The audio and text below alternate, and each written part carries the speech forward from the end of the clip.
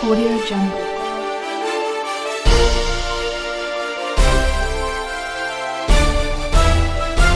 Audio Jungle. Audio Jungle.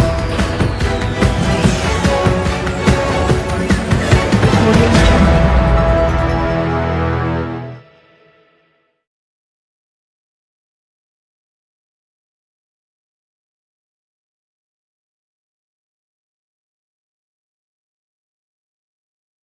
Hello, good morning everyone. Current electricity lecture number 13 और आज के इस लेक्चर में हम डिस्कस करेंगे मीटर ब्रिज यानी कि मीटर सेतु को। तो आप सभी का एक बार फिर स्वागत है ई फिजिक्स पर और स्टार्ट करते हैं मीटर ब्रिज।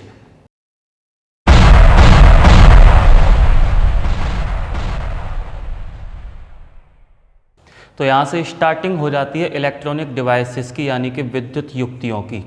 उन्हीं विद्युत युक्तियों में से एक है मीटर ब्रिज। अगर मीटर ब्रिज के बारे में बात करी जाए तो अपन ऐसा कह सकते हैं कि मीटर ब्रिज जो है व्हीटस्टोन ब्रिज के प्रिंसिपल पर आधारित एक ऐसी युक्ति है जिसके द्वारा हम किसी अननोन रेजिस्टेंस को ज्ञात कर सकते हैं। यानी मीटर सेतु जो है वो विभवमापी की संतुलित अवस्था के सिद्धांत पर काम करता है और इसके द्वारा हम कोई भी अननोन रेजिस्टेंस, कोई भी अज्ञात प्रतिरोध को ज्ञात कर सकते हैं। व्हीटस्टोन सेतु की कंस्ट्रक्शन और वर्किंग स्टार्ट करने से पहले इसमें हम कुछ अन्य उपकरणों का भी यूज करने वाले हैं। एक बार मैं आपका परिचय उन उपकरणों से करवा दूं। जैसे एक उपकरण अपन जो इसमें यूज करेंगे वो है रेजिस्टेंस बॉक्स। रेजिस्टेंस बॉक्स यानी कि प्रतिरोध बॉक्स। अब ये प्रतिरोध बॉक्स या रेजिस्टेंस बॉक्स क्या होता है, अपन इसको नॉर्मली आरबी से रिप्रेजेंट कर देते हैं। तो प्रतिरोध बॉक्स एक ऐसी व्यवस्था है जिसमें अलग अलग प्रकार के कई सारे प्रतिरोध पहले से ही अरेंज होते हैं, पहले से ही व्यवस्थित होते हैं और इसके द्वारा हम परिपथ में अपनी इच्छानुसार कोई भी प्रतिरोध लगा सकते हैं। एक तो तरीका ये है कि हमारे पास 50 तरह के प्रतिरोध अलग से रखे हुए हैं, आप उनको बार बार यूज करोगे। एक लगाएंगे, इससे काम नहीं चल रहा है, इसको हटा के खोल के अलग करेंगे, फिर दूसरा कसेंगे, फिर उसको हटा के तीसरा कसेंगे। एक तो तरीका ये है परिपथ में कोई भी प्रतिरोध चेंज करने का। और एक सिंपल तरीका होता है रेजिस्टेंस बॉक्स। इसमें हम बिना किसी उपकरण को खोले या बांधे इसी की सहायता से अलग अलग प्रकार का जो भी हमें अभीष्ट प्रतिरोध चाहिए वो इसमें कनेक्ट कर सकते हैं। अगर मैं इसकी थोड़ी सी कंस्ट्रक्शन आपको दिखाना चाहूँ तो इसमें कॉपर के छोटे छोटे इस तरह के स्लैब होंगे ऐसे करके, ठीक है ना। इस तरह के बहुत सारे कॉपर के स्लैब होते हैं यूँ करके और ये आपस में एक दूसरे से थोड़े से सेपरेट रहते हैं। सपोज करो कुछ इस तरह के स्लैब लगे हुए थे, ठीक है ना। यहाँ पर दो टर्मिनल होंगे यानी कि दो पेच होंगे ये, जिसमें हम सर्किट के दोनों वायर कनेक्ट कर सकते हैं। इनके बीच में ऐसे करके प्लग फंसे रहते हैं यूँ। आप स्क्रीन पर भी इन चीज़ों को देख पा रहे होगे।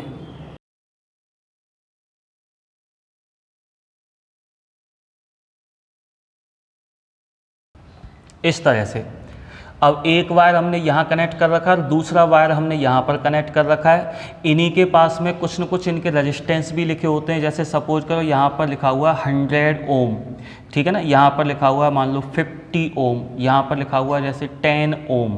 केवल ये लिखा होगा, ओम नहीं लगा है, लेकिन आपको समझना रेजिस्टेंस के लिए यूज कर रहे हैं तो यूनिट पीछे ओम ही है। और यहाँ पर जैसे सपोज करिए 10 ओम लगा हुआ है।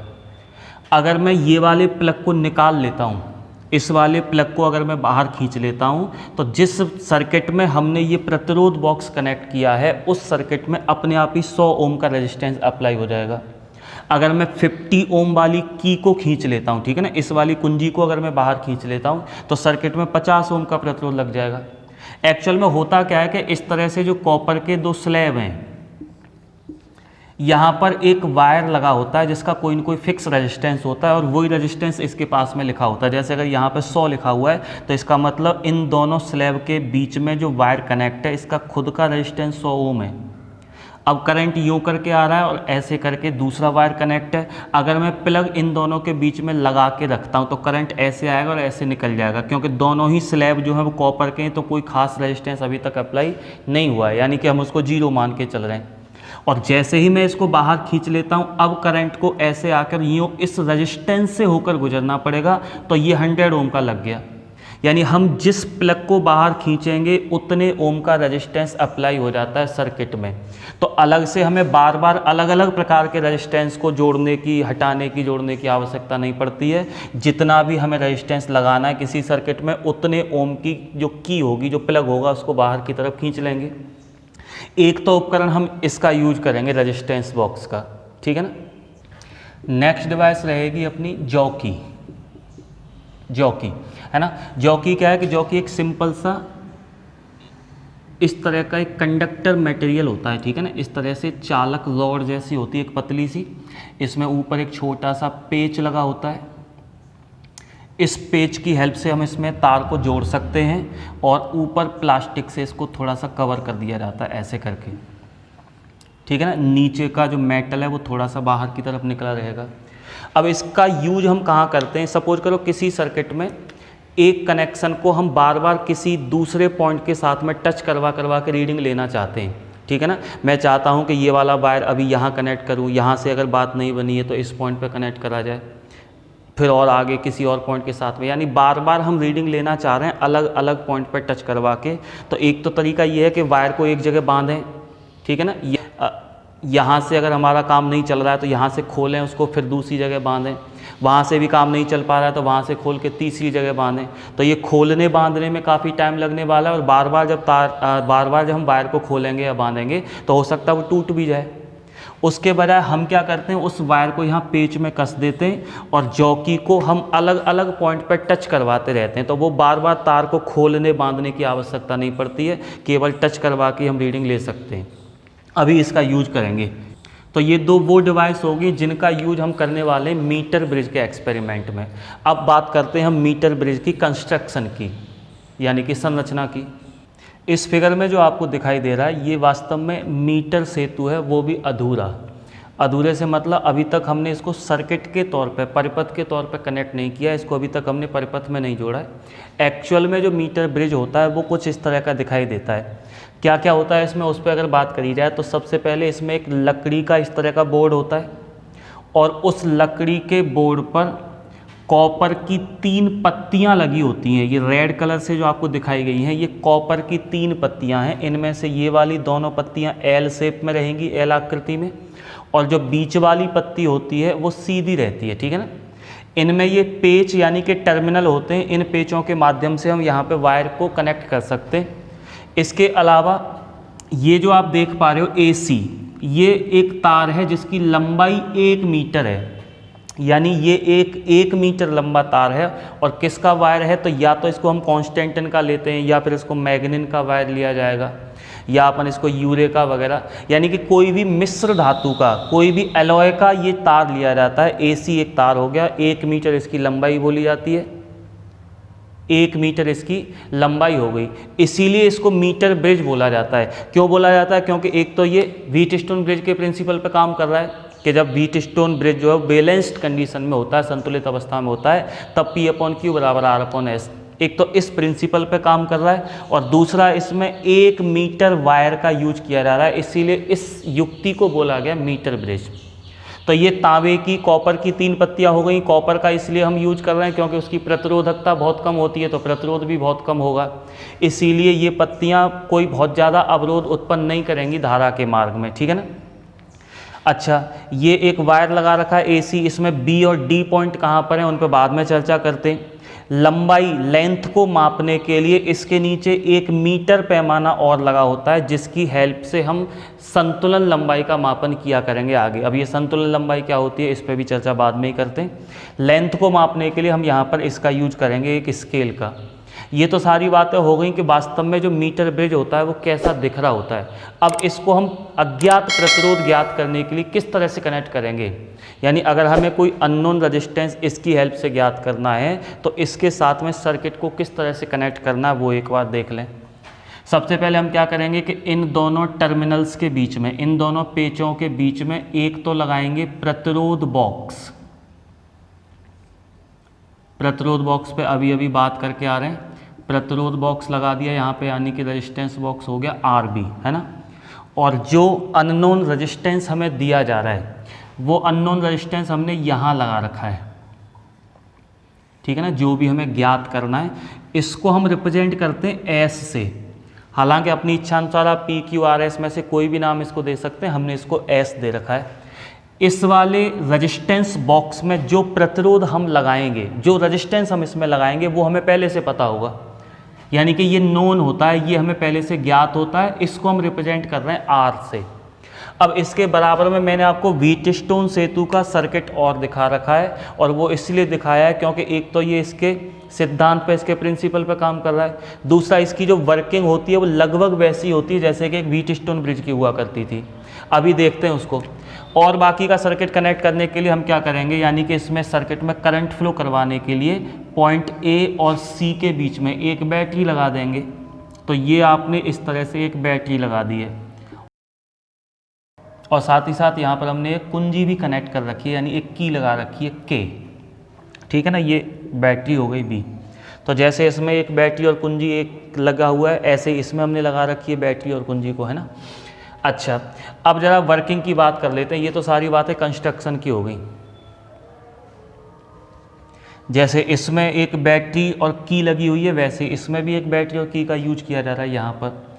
इसके अलावा ये जो बीच वाला टर्मिनल है, इसको एक वायर के माध्यम से एक गैल्वेनोमीटर से जोड़ दिया जाता है, और गैल्वेनोमीटर का जो दूसरा एंड, जो दूसरा टर्मिनल होता है, उसको हम जोड़ देते हैं एक जॉकी से, ठीक है ना। अभी जो बात करी थी जॉकी, इस तरह से वो पेच में ये वाला वायर हमने यूँ करके बांध दिया, ये एक व्यवस्था होगी जॉकी के लिए।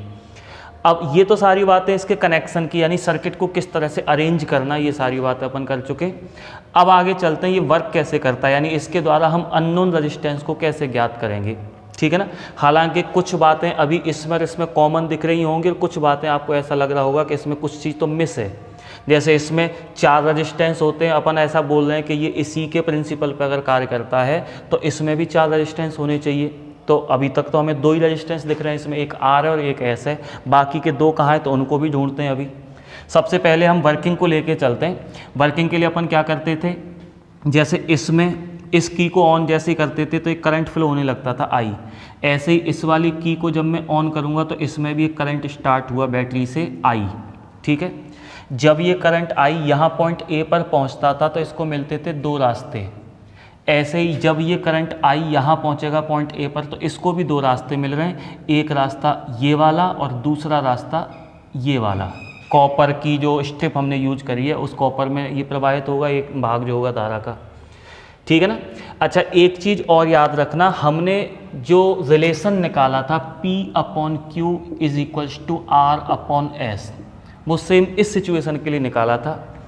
अगर मैं इनको आपस में इंटरचेंज कर दूं, यानी PQ अभी ऊपर है, RS अगर नीचे है, तो इनको मैं ऊपर नीचे ऐसे बदल दूं, तब भी रिलेशन यही आने वाला है। दूसरी बात, अगर मैंने गैल्वेनोमीटर और बैटरी को अभी तक जैसे कनेक्ट कर रखा है उनको आपस में इंटरचेंज कर दूं, यानी कि इस विकर्ण के लिए इस डायगोनल B और D के बीच में तो मैं लगा दूं बैटरी को, और ये वाले डायगोनल AC के साथ में मैं जोड़ देता हूं गैल्वेनोमीटर को, तब भी हमें रिजल्ट सेम मिलेगा, P/Q is equals to R/S। यानी इन चीज़ों से कोई फ़र्क नहीं पड़ेगा। अगर मैं इनको ऐसे कर दूँ, नीचे के रेजिस्टेंस ऊपर और ऊपर के नीचे कर देता हूँ, तब भी आंसर अपना यही निकल के आएगा, ठीक है। तो जैसे यहाँ 2 रास्ते मिलते थे पॉइंट ए पर आके करंट को, वैसे ही पॉइंट ए पर करंट को यहाँ भी 2 रास्ते मिल रहे हैं, ठीक है। तो यहाँ भी करंट के 2 पार्ट हो जाएंगे, एक हो जाएगा I1 और दूसरा हो गया I2। बस फ़र्क यहाँ पे इतना है कि मैंने यहाँ I1 ऊपर दिखाया था और ये I2 नीचे दिखाया था, लेकिन ऊपर नीचे कर सकते हैं, इससे कोई फ़र्क नहीं पड़ता। तो I1 सपोज करो इधर आ रहा है, I2 आप I1 को ऊपर दिखा सकते हो, I2 को नीचे ले सकते हो, इससे कोई फ़र्क नहीं पड़ रहा है। अच्छा, अब जब ये I1 I2 पहुंचा करते थे B और D पॉइंट पे, तो इनको एक एक रास्ता और मिल जाता था, और वो रास्ता वास्तव में मिला या नहीं मिला वो इस बात पर डिपेंड करता था कि ये वाली कुंजी, ये वाली की को मैंने ऑन किया है कि नहीं किया है। अगर मैं इस की को ऑन कर देता हूँ तब इनको एक एक रास्ता और मिल जाता था, यानी इनके सामने अब 2-2 रास्ते हो जाते थे, लेकिन की ऑन करेंगे तब। अब यहाँ B और D पॉइंट कहाँ पर है, तो देखो ये वाला जो पॉइंट है ये तो है D पॉइंट, B कहाँ पर है, B वो पॉइंट होगा जहाँ हम जॉकी को वायर के साथ में टच कर देंगे। जैसे ये जॉकी है, जॉकी को अगर मैं यहाँ टच कर देता हूँ इस वायर पे, जो हमने 1 मीटर वायर यूज किया है इस सर्किट में, उस वायर के साथ में अगर मैं जॉकी को यहाँ टच कर देता हूँ तो टच करते ही ये एक रास्ता और खुल जाता है इन दोनों करंट्स के सामने। I1 ऐसे भी जा सकता है और ऐसे भी जा सकता है, जैसे यहाँ था ना, I1 का एक भाग ऐसे भी जा सकता है और ऐसे भी जा सकता है। ऐसे ही I2 जब करंट ऐसे चलते चलते यहाँ आएगा तो इसके सामने भी दो रास्ते हो गए, ऐसे भी जा सकता है और ऐसे भी आ सकता है I2। यानी कि अभी तक सिमिलैरिटी चली आ रही है कि जैसे यहाँ कुंजी K2 को बंद करते ही इनके सामने दो दो रास्ते और खुल जाते थे, ऐसे ही यहाँ पर कुंजी K2 तो नहीं है, उसके बजाय जॉकी को टच करते ही दो एक्शन हो जाते हैं। क्या दो एक्शन हो जाते हैं कि कुंजी को टच करते ही एक तो ये वाला परिपथ, ये वाला सर्किट कंप्लीट हो जाता है, जैसे कि ये डायमेंशन, ये वाली जो भुजा है ये खुल जाती थी। और दूसरा एक्शन क्या होता है कि ये जॉकी जहाँ भी टच हो रही है, ये जॉकी है J, ठीक है ना, और मान लो ये जहाँ टच हो रही है मैं उस पॉइंट को मान के चल रहा हूँ C, तो जॉकी जहाँ टच हो रही है वहाँ पर ये वायर जो था 100 सेंटीमीटर लंबा वायर या 1 मीटर लंबा जो वायर था, ये अब दो भागों में विभाजित हो गया, AC और CD, सॉरी ये वाला जो पॉइंट रहेगा वो B। तो एक पार्ट हो गया AB और दूसरा पार्ट हो गया BC, ठीक है ना, यानी कि हमें वो B और D पॉइंट भी मिल गए जो इस वाले सर्किट में यहाँ पर थे। अच्छा, अब एक बात बताइए कि मान लो अपने पास में इस तरह का एक कोई वायर है, एक तार है, इसका रेजिस्टेंस कैसे ज्ञात करेंगे, इसका रेजिस्टेंस कितना है, इसके लिए हमें क्या क्या जानकारी चाहिए। तो मुझे एक तो इसके रजिस्टिविटी पता होना चाहिए कि जिस मटेरियल का ये वायर बना हुआ उसकी प्रतिरोधकता कितनी है ये पता चल जाए, एक इसकी लेंथ लंबाई कितनी है ये पता चल जाए, एक इसका एरिया ऑफ क्रॉस सेक्शन यानी अनुप्रस्थ काट का क्षेत्रफल कितना है। अगर मुझे ये तीन चीज़ें पता चल जाती हैं तो इसका जो रेजिस्टेंस होगा वो इतना होगा, यानी इस फॉर्मूले से हम किसी भी वायर का रेजिस्टेंस निकाल सकते हैं। अब मेरे पास बेशक अभी तक दो ही रेजिस्टेंस इस सर्किट में दिखाई दे रहे हैं, बाकी के दो रेजिस्टेंस का काम ये वायर करेंगे जो दो भागों में विभाजित हो चुके हैं। यहाँ से यहाँ तक के वायर का जो भी रेजिस्टेंस होगा उसको हम मान के चलेंगे P, और यहाँ से यहाँ तक के वायर का जो रेजिस्टेंस होगा उसको हम मान के चल रहे हैं Q, ठीक है ना।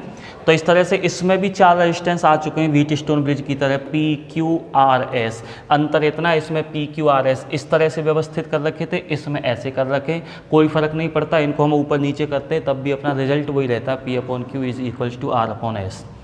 तो ये तो इसका सर्किट डायग्राम कंप्लीट हो गया। अब एक्चुअल में हमें इसमें करना क्या होता है कि जॉकी को इस वायर के अलग अलग पॉइंट पर टच करवा के और हमें जीरो डिफ्लेक्शन की पोजीशन ढूंढनी होती है। जैसे अगर आपको इस सर्किट के अकॉर्डिंग अगर याद हो, जीरो डिफ्लेक्शन की पोजीशन हमें कब मिला करती थी, यानी कि इस वाली ब्रांच में करंट कब फ्लो नहीं होता था, जब पॉइंट B और पॉइंट D का पोटेंशियल सेम हो। अब हमें ऐसे कैसे पता चलेगा कि B और D का पोटेंशियल सेम है कि नहीं है, ठीक है ना। तो वास्तव में जब भी हमें यहाँ पर जीरो डिफ्लेक्शन की पोजीशन मिला करती थी तो उसके लिए ये कंडीशन फॉलो होती थी, यानी जब भी हमें जीरो डिफ्लेक्शन, जब भी हमें जीरो विक्षेप की अवस्था धारा मापी में मिलती है तो ऐसी स्थिति में सेतु संतुलित होता है और आंसर अपना ये निकल के आता है, प्रतिबंध अपना ये निकल के आता है, P/Q = R/S। यानी कि इन दोनों रेजिस्टेंस का रेशियो अगर इन दोनों रेजिस्टेंस के रेशियो के बराबर है तो अपन कह सकते हैं कि सेतु संतुलित है।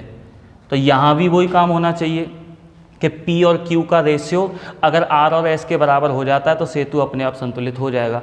फॉर एग्जांपल हम मान के चलें कि R की वैल्यू है 1 ओम और S की वैल्यू है मान लो 2 ओम, तो R/S की वैल्यू कितनी, 1/2। अगर मैं इसको संतुलित करना चाहता हूं सर्किट को तो P/Q की वैल्यू भी 1/2 होनी चाहिए, तभी तो मैं कह सकता हूं P/Q = R/S, जब ये दोनों ही 1/2 होंगे। इसका मतलब P और Q इन दोनों रेजिस्टेंस को हम इस तरह से व्यवस्थित करें, देखो इनको चेंज करना मेरे हाथ में है क्योंकि हम प्रतिरोध रेजिस्टेंस निकालते हैं इस फॉर्मूले से। L को कम ज़्यादा करने से रेजिस्टेंस R की वैल्यू कम ज़्यादा हो सकती है, यानी जॉकी को मैं आगे पीछे सरकाऊं, सपोज करो जॉकी को मैं यहाँ टच करवा दूं इस जगह, तो ये हो जाएगा P और ये हो जाएगा r। अब p की वैल्यू जो पहले इतनी थी वो बढ़ गई, r की वैल्यू जो q की वैल्यू जो पहले इतनी थी वो थोड़ी सी कम हो गई है। यानी इस जॉकी को आगे पीछे सरका के मैं p और q के मानों को, इनकी वैल्यूज़ को कम या ज़्यादा कर सकता हूँ। बस मुझे यही कम या ज़्यादा करके ऐसे सेट करना है कि p अपॉन q की वैल्यू भी 1/2 हो गई, तो ये दोनों बैलेंस हो जाएंगे। अब हमें कैसे पता चलेगा कि p और q की वैल्यू 1/2 हो गई है कि नहीं हो गई है? तो हमें कुछ नहीं करना, हमें तो जॉकी को अलग अलग पॉइंट पर टच करवाना है। सपोज करो पहले मैंने जॉकी को यहाँ टच करवाया, फिर यहाँ टच करवाया, फिर यहाँ टच करवाया। जब भी p अपॉन q की वैल्यू r अपॉन s के बराबर हो जाएगी तो अपने आप ही जीरो विक्षेप की अवस्था में मिल जाएगी। सपोज करो अभी p अपॉन q की वैल्यू जो है बराबर नहीं है r अपॉन s के, तो इसका मतलब अभी तक ये सेतु संतुलन में नहीं है। और अगर ये सेतु संतुलन में नहीं है तो ये वाली जो ब्रांच है, ये वाली जो शाखा है, इसमें धारा प्रवाहित हो रही होगी जैसे कि इसमें हो रही होती थी पहले, ठीक है ना। जब तक बी और डी के विभव नहीं बराबर होते थे तब तक इसमें कोई ना कोई करंट फ्लो होता था और धारा मापी में विक्षेप आया करता था। ऐसे ही अगर P अपॉन Q का रेशियो R अपॉन S के बराबर नहीं होगा तो इस ब्रांच में कोई ना कोई करंट फ्लो होता रहेगा और अभी तक जो धारा मापी है उसमें कोई ना कोई विक्षेप आता रहेगा। और हम चाहते हैं कि विक्षेप ना आए, क्योंकि जब विक्षेप नहीं आएगा तभी तो हम कह सकते हैं P अपॉन Q बराबर R अपॉन S। तो हम क्या करेंगे, इसको अलग अलग पॉइंट पर टच करवाएंगे। यहाँ टच करवा के देखा विक्षेप आ रहा है, इसका मतलब यहाँ पे संतुलित नहीं हुआ है। किसी और पॉइंट पर टच करवाया, वहाँ भी अगर विक्षेप आ रहा है धारा मापी में तो इसका मतलब यहाँ भी संतुलित नहीं हुआ। बस ये पॉइंट टच करवा करवा के आपने फाइनली एक पॉइंट ऐसा ढूंढ लेना है कि वहाँ टच करवाने पे गैल्वेनोमीटर में कोई भी डिफ्लेक्शन, कोई भी विक्षेप प्राप्त ना हो। उस पॉइंट को हम बोलते हैं नल पॉइंट, यानी कि संतुलन बिंदु। कौन से पॉइंट को नल पॉइंट बोलते हैं? ये जो वायर है AC, इस वायर पे कहीं एक ऐसा पॉइंट होगा, एक ही होगा, एक से ज़्यादा नहीं, कहीं एक ऐसा पॉइंट होगा जिस पे जॉकी को टच करवाने पर इस गैल्वेनोमीटर में कोई भी विक्षेप, कोई भी डिफ्लेक्शन नहीं आता है। उस पॉइंट को संतुलन बिंदु या नल पॉइंट कहते हैं।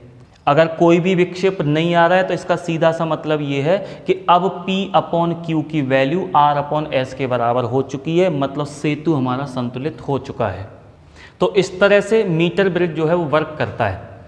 अब इसके द्वारा हम किस तरह से अननोन रेजिस्टेंस S की वैल्यू निकाल सकते हैं, अब उसकी बात करते हैं। पहले तो हमने ये मान रखा है कि जब जॉकी को पॉइंट B पे कनेक्ट कर देते हैं तो ऐसी स्थिति में ये जो ब्रिज है वो संतुलित है, बैलेंस्ड है। और अगर ये बैलेंस्ड है, संतुलित है, तो ये इस समीकरण को फॉलो करेगा, P upon Q is equals to R upon S। इसमें S है अननोन रेजिस्टेंस जिसकी वैल्यू हमें ज्ञात करनी है। तो S की वैल्यू अगर मैं यहाँ से कैलकुलेट करूँ तो कितनी आएगी, Q upon P into R, है ना। अब अगर हमें Q अपॉन P यानी Q, P और R इन तीनों की वैल्यू अगर मेरे पास होंगी तो इनकी वैल्यू रखने से आंसर आपको मिल जाएगा अननोन रेजिस्टेंस का। लेकिन मेरे पास तो केवल R की वैल्यू है, क्योंकि ये जो रेजिस्टेंस है R, ये तो वो रेजिस्टेंस है जो हम रेजिस्टेंस बॉक्स में जानबूझ के लगाते हैं। और क्योंकि हमने लगाया तो हमें पता है 2 ओम का लगाया है, 5 का लगाया है, 4 का लगाया है, तो ये तो नोन होता है, पहले से ज्ञात है ये तो। अब P और Q को कैसे ज्ञात करेंगे, क्योंकि P और Q के बजाय हमें दिख रहा है तार, और तार को देख के तो नहीं बता सकते कि इसका रेजिस्टेंस कितना होगा, वो तो हमें निकालना पड़ेगा। तो मैं ये मान के चल रहा हूँ कि हमने ये जो वायर यूज किया है, कोई सी भी मिश्र धातु का यूज किया हो, इसकी जो रजिस्टिविटी है वो रो है। जो भी वायर हमने यूज किया है उसकी प्रतिरोधकता है रो। यहाँ से यहाँ तक की लंबाई को हम बोला करेंगे संतुलन लंबाई, यानी कि जिस पॉइंट पर हमें संतुलन प्राप्त हुआ था या संतुलन की अवस्था जिस पॉइंट पर हमें प्राप्त हुई थी, यहाँ से वहाँ तक की जो लंबाई है इसको संतुलन लंबाई बोलते हैं, और इस पॉइंट को संतुलन बिंदु या नल पॉइंट बोलते हैं। तो यहाँ से यहाँ तक की लंबाई को नोट कर लेंगे वो इसकी हेल्प से। सपोज करो यहाँ से यहाँ तक की लंबाई है L, ठीक है ना, ये जो लेंथ निकल के आ रही है यहाँ से यहाँ तक की, ये L है। तो बची हुई लेंथ कितनी होगी, ये वायर कितना, 1 मीटर यानी कि 100 सेंटीमीटर। अगर मैं सेंटीमीटर में लेके चल रहा हूँ तो ये लंबाई अगर L सेंटीमीटर है तो बची हुई लेंथ जो होगी वो 100 माइनस L सेंटीमीटर होगी। ठीक है, लेंथ हमें पता चल गई इनकी कितनी कितनी है। रजिस्टिविटी को मैंने मान रखा है रो, वैल्यू इसकी हमें जानने की ज़रूरत नहीं है, ठीक है ना। ये जो वायर है इसकी अनुप्रस्थ काट का क्षेत्रफल मैंने A मान रखा है, तो ये वाले टुकड़े का इतने भाग का रेजिस्टेंस कितना होगा, फॉर्मूला हम क्या यूज करते हैं, R is equals to rho L upon A. ये वाले फॉर्मूले से अब हमें वैल्यू निकालनी है इसके रेजिस्टेंस की, जिसको P से व्यक्त किया है। तो P is equals to resistivity कितनी है, रो, यहाँ से यहाँ तक की लेंथ कितनी है, L। ध्यान रखना मैं इसको L मान के चल रहा हूँ, तो ये 100 माइनस L है। अगर मैं यहाँ से यहाँ तक की लेंथ को L मानता तो ये 100 माइनस L होता। ये चीज़ें आगे ध्यान रखनी है आपको। तो इसका अगर मैं रेजिस्टेंस निकाल रहा हूँ तो लेंथ तो है L और एरिया क्रॉस सेक्शन का वो कितना माना हुआ है, A। ऐसे ही अगर Q की वैल्यू निकाली जाए तो Q मतलब इस भाग का रेजिस्टेंस, ठीक है ना, वो Q है। अगर मैं Q की वैल्यू निकालना चाहता हूँ तो क्योंकि एक ही वायर है यहाँ से यहाँ तक, तो रेजिस्टिविटी यानी प्रतिरोधकता तो सेम रहेगी, क्योंकि मटेरियल चेंज करते हैं तब रेजिस्टिविटी प्रतिरोधकता में परिवर्तन होता है। अच्छा, लेंथ की अगर बात करी जाए तो ये जो लेंथ है वो 100 माइनस एल है, तो लेंथ की जगह आ गया 100 माइनस एल अपॉन एरिया। अब वायर एक जैसा है, एक जैसा से मतलब ऐसा नहीं कि कहीं पर मोटाई ज़्यादा है कहीं पर मोटाई कम है, एक जैसी मोटाई हम वायर की लेते हैं, इसीलिए एरिया जो क्रॉस सेक्शन का है वो भी सेम रहेगा। अब P और Q की ये वैल्यू इनकी जगह रख देंगे और R की वैल्यू तो हमें एक्सपेरिमेंट करते टाइम पहले से ही पता होती है। तो यहाँ से अब S की वैल्यू अगर निकाली जाए तो Q की वैल्यू यहाँ रख लेते हैं पहले 100 rho 100 minus L upon A upon ये value rho L upon A into R, ठीक है। इसमें रो कैंसिल हो गया और ए कैंसिल हो गया। अब एस की वैल्यू फाइनली क्या बची, 100 minus L upon L into R. ये वो फॉर्मूला हमें मिल गया जिसकी हेल्प से हम मीटर ब्रिज द्वारा किसी अननोन रेजिस्टेंस की वैल्यू ज्ञात कर सकते हैं। हमें चाहिए क्या, हमें एल को हम यहाँ बोलते हैं संतुलन लंबाई। तो हमें संतुलन लंबाई चाहिए और रेजिस्टेंस बॉक्स में कितना हमने रेजिस्टेंस लगाया है वो हमें पता होगा। तो ये दोनों वैल्यू जब यहाँ रख देंगे तो वहाँ पे आपको अननोन रेजिस्टेंस की वैल्यू कोई ना कोई मिल जाएगी। संतुलन लंबाई से अपना मतलब है यहाँ से यहाँ तक की लंबाई, क्योंकि मैं यहाँ से यहाँ तक की लंबाई को एल लेके चलाऊँ तब ये लेंथ निकल के आई है 100 माइनस एल और तब ये फॉर्मूला निकल के आया है। आप इसको संतुलन लंबाई नहीं कह सकते हो, आप इसको संतुलन लंबाई नहीं कह सकते हो, क्योंकि अगर मैं इसको L मान के चलता तो ये आता 100 माइनस एल और फॉर्मूला पूरा चेंज होता, ऊपर आता L और नीचे आता 100 माइनस एल, तब वो फॉर्मूला सही होता। अगर हम इस फॉर्मूले का यूज कर रहे हैं तो आपको हर हाल में ये चीज़ ध्यान रखनी ही है कि हम संतुलन लंबाई इसको बोलेंगे। यानी जब भी संतुलन लंबाई का मेजरमेंट किया करेंगे तो हमेशा कौन से पॉइंट से करेंगे, ए पॉइंट से। अब ए बी सी डी ये तो सर्किट में नहीं लिखे होंगे, तो हम कैसे पहचानेंगे कि पॉइंट ए कहाँ पर है, यानी हम कैसे पहचानेंगे कि हमें संतुलन लंबाई का मापन किधर से करना है। तो आपको पहचानना रेजिस्टेंस बॉक्स से कि जिधर रेजिस्टेंस बॉक्स किधर जुड़ा हुआ है, पॉइंट ए की तरफ, ठीक है ना। अननोन रेजिस्टेंस जिधर जुड़ा होगा वो पॉइंट सी मानेंगे। ऐसा भी किया जा सकता है कि ये जो अननोन रेजिस्टेंस है इसको मैं यहाँ लगाता और रेजिस्टेंस बॉक्स को यहाँ लगाता, तब मेरे लिए पॉइंट ए उधर होता। ये सारी बातों के हिसाब से अगर देखा जाए तब पॉइंट ए इधर होता, सी इधर होता, तब हम संतुलन लंबाई का मापन उधर से करते। तो एक विशेष प्रिकॉशन है, एक मीटर सेतु के लिए विशेष सावधानी है कि जब भी संतुलन लंबाई का मेजरमेंट करें तो हमेशा लेंथ को उधर से मापना स्टार्ट करना है जिस साइड में रेजिस्टेंस बॉक्स लगा हुआ है। अगर रेजिस्टेंस बॉक्स इधर लगाया है तो मैं यहाँ से यहाँ तक की लेंथ को एल बोलूँगा, ये अपने आप ही 100 माइनस एल हो जाएगी। अभी क्योंकि रेजिस्टेंस बॉक्स इधर लगा हुआ है इसलिए यहाँ से यहाँ तक की जो लंबाई होगी वो है संतुलन लंबाई एल और बाकी की बची हुई जो लंबाई है वो हो गई 100 माइनस एल। तो इस तरह से मीटर सेतु की हेल्प से इस फॉर्मूले के द्वारा और हम निकाल सकते हैं कोई भी दिए गए अननोन रेजिस्टेंस को। और 12th क्लास में आपके ये एक्सपेरिमेंटल सिलेबस में भी है, ठीक है ना, जो आपका प्रैक्टिकल सिलेबस है उसमें भी मीटर ब्रिज का एक्सपेरिमेंट है, बल्कि 2-3 एक्सपेरिमेंट है इसके बेस पर कि आपको अननोन रेजिस्टेंस और रेजिस्टिविटी भी बतानी पड़ेगी मीटर सेतु की हेल्प से, ठीक है ना। रेजिस्टेंस का सीरीज कॉम्बिनेशन जो उसको वेरीफाई करना पड़ेगा मीटर ब्रिज की हेल्प से। रेजिस्टेंस का जो पैरेलल कॉम्बिनेशन है उसको भी वेरीफाई करना पड़ेगा मीटर ब्रिज की हेल्प से। तो इसीलिए आपके लिए और ज़्यादा इंपॉर्टेंट हो जाता है मीटर ब्रिज को यहाँ पर समझना। अब इस टॉपिक के एंड में एक बार बात कर लेते हैं प्रिकॉशंस की, यानी कि जब हम मीटर ब्रिज का एक्सपेरिमेंट कर रहे होंगे लैब में तो हमें क्या क्या सावधानियां बरतनी होंगी, ठीक है ना। तो कुछ प्रिकॉशंस इसके लिए समझ लेते हैं कि क्या क्या सावधानी हम इसमें रखेंगे ताकि अपना जो आंसर निकल के आए, अननोन रेजिस्टेंस की जो वैल्यू निकल के आए वो ज़्यादा एक्यूरेट निकल के आए। उसके लिए हमें क्या क्या प्रिकॉशंस लेने होंगे। सबसे पहली बात तो ये कि इस वायर में, ये जो हम AC मिश्र धातु का जो वायर यूज कर रहे हैं, इस वायर में बहुत ज़्यादा देर तक करंट फ्लो नहीं होने देना है, क्योंकि करंट इसमें जितनी ज़्यादा देर तक फ्लो होगा इसमें उतनी ज़्यादा हीट प्रोड्यूस होगी, उतनी ज़्यादा ऊष्मा उत्पन्न होगी, और ऊष्मा उत्पन्न होने की वजह से वायर गर्म होगा। इतना तो कन्फर्म ही है कि प्रत्येक वायर का कुछ न कुछ रेजिस्टेंस होता है, और उस वायर में जब करंट फ्लो होता है तो उस रेजिस्टेंस की वजह से कुछ न कुछ एनर्जी लॉस होता है हीट के ऊष्मा के रूप में, और उस ऊष्मा की वजह से तार गर्म होगा। तार का टेम्परेचर बढ़ेगा तो इसकी प्रतिरोधकता बढ़ेगी, और प्रतिरोधकता बढ़ेगी तो इसमें जो इसका जो रेजिस्टेंस होगा, यानी इसके प्रतिरोध की वैल्यू P और Q, इन दोनों की वैल्यू बढ़ेगी तार के गर्म होने से। अब इससे दिक्कत क्या आएगी, हम जब एक्सपेरिमेंट करते हैं तो हम एक रीडिंग के बजाय हम 5-6 रीडिंग निकालते हैं इसकी, क्योंकि एक बार में हो सकता है हमने कोई न कोई एरर कर दिया हो, कोई न कोई गलती कर दी हो, तो दोबारा चेक करते हैं, तीसरी बार निकालते हैं। ऐसे 5 या 6 रीडिंग लेने के बाद में जो एस के 5 या 6 मान निकल के आएंगे, उन सब का एवरेज लेके जो आंसर निकल के आता है उसको फाइनल मानते हैं। अब अगर आप 5 या 6 रीडिंग ले रहे हो, पहली जब आपने रीडिंग ली थी तब तक वायर गर्म नहीं हुआ था, क्योंकि ज़्यादा देर तक करंट फ्लो ही नहीं हुआ था इसमें। दूसरी रीडिंग लेने पे वायर थोड़ा सा गर्म हो गया, वायर का जब टेम्परेचर बढ़ गया है तो उसका प्रतिरोध बढ़ गया, और प्रतिरोध बढ़ने से उसमें जो करंट पहले जितना फ्लो हो रहा था उतना फ्लो न होकर अब पहले से कम फ्लो हो रहा है। फिर तीसरी रीडिंग जब आप लेंगे तो करंट की वैल्यू और कम हो जाएगी, क्योंकि तब तक तार थोड़ा और गर्म हो चुका होगा। तो जैसे जैसे आप टाइम एक्सपेंड करते रहोगे वैसे वैसे इसका टेम्परेचर बढ़ता जाएगा, और टेम्परेचर बढ़ते जाने से रेजिस्टेंस की वैल्यू बढ़ती जाएगी, और इसमें फ्लो होने वाले करंट की वैल्यू कम होती जाएगी।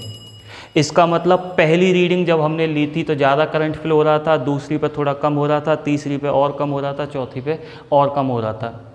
तो आंसर तो अपने आप ही गलत होगा, क्योंकि हमने जितने भी आंसर निकाले सब एक जैसी परिस्थिति में न निकाल के अलग अलग करंट की वैल्यू पे निकालें। तो इसलिए कोशिश ये करनी चाहिए कि इस वायर में करंट ज़्यादा देर तक फ्लो नहीं हो।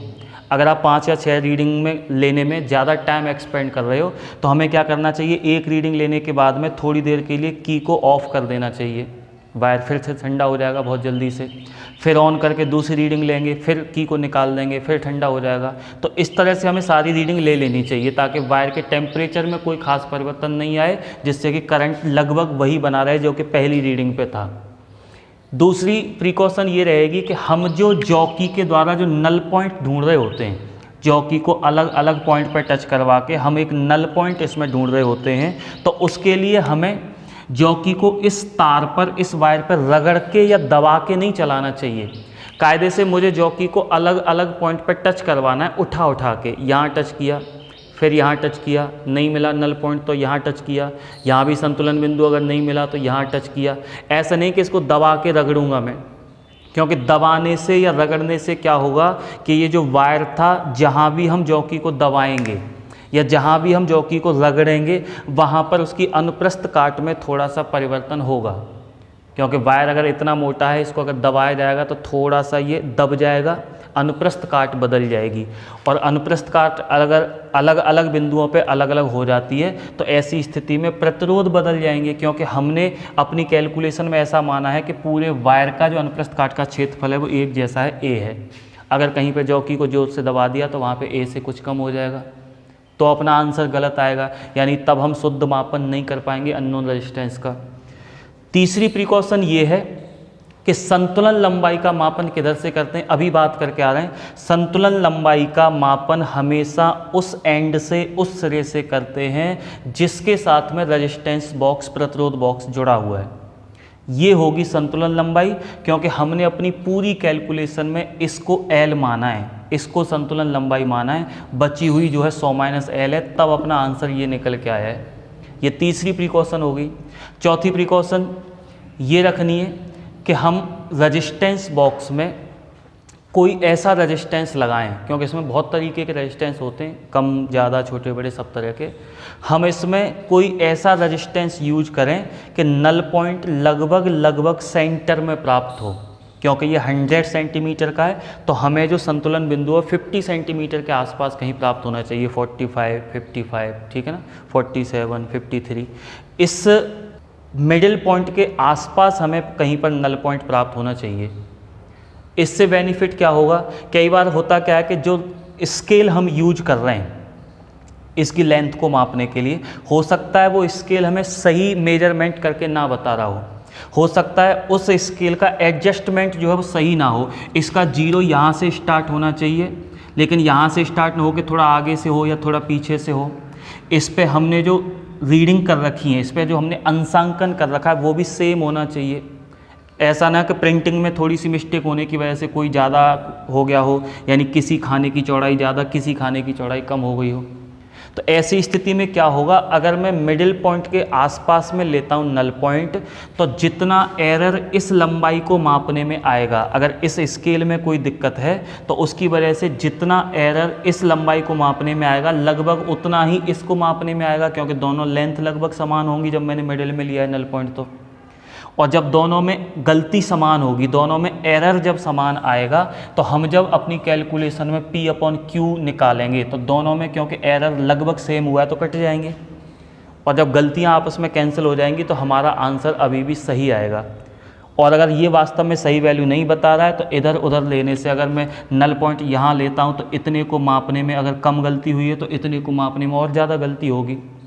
अगर इसको मापने में 1 गलती हुई है तो उसको मापने में अगर 3 गलती हुई है तो ये 1/3 आएगा।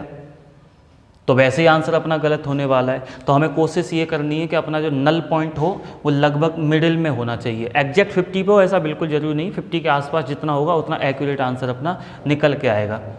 अच्छा, नेक्स्ट प्रिकॉशन की तरफ चलें। तो हमने अपनी पूरी कैलकुलेशन में जो भी कैलकुलेशन करके ये जो आंसर निकाला है, इस पूरी कैलकुलेशन में ये माना हुआ है कि इस पूरे सर्किट में केवल 4 रेजिस्टेंस हैं, एक ये, दूसरा ये, तीसरा ये, चौथा ये। इसके अलावा हमने कोई भी रेजिस्टेंस इसमें इंक्लूड नहीं किया है।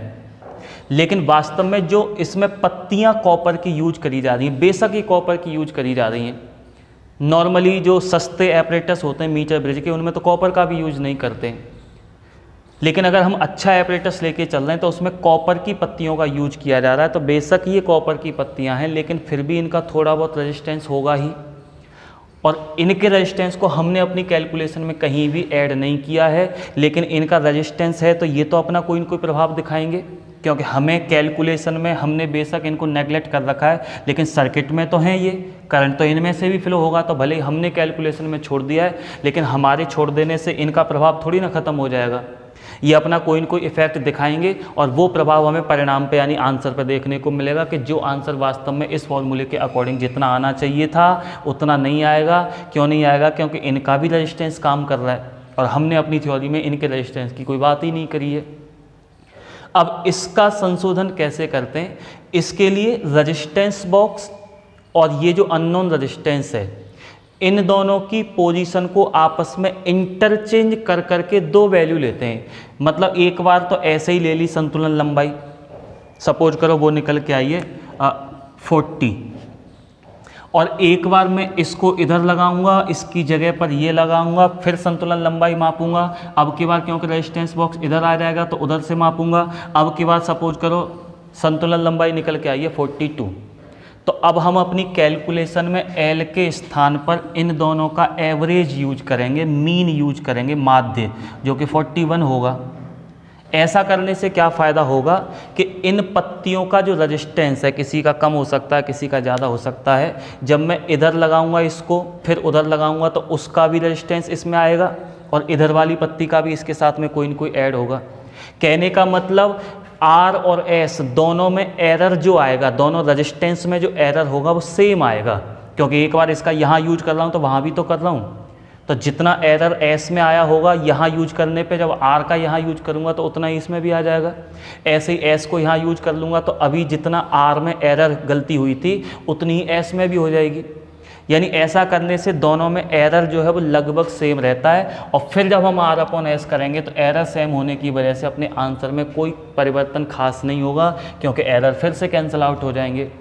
तो इसीलिए इसके संशोधन के लिए हम वास्तव में जो करना चाहिए हमें एक्सपेरिमेंट के टाइम पे वो ये करना चाहिए कि हम एक बार में L की वैल्यू ना लेके बल्कि 2 बार में लें। कैसे लें? दोनों को आपस में चेंज कर करके L की 2 वैल्यू निकालेंगे, फिर उनके एवरेज का यूज करेंगे इस फॉर्मूले में। ये भी एक प्रिकॉशन हो गई।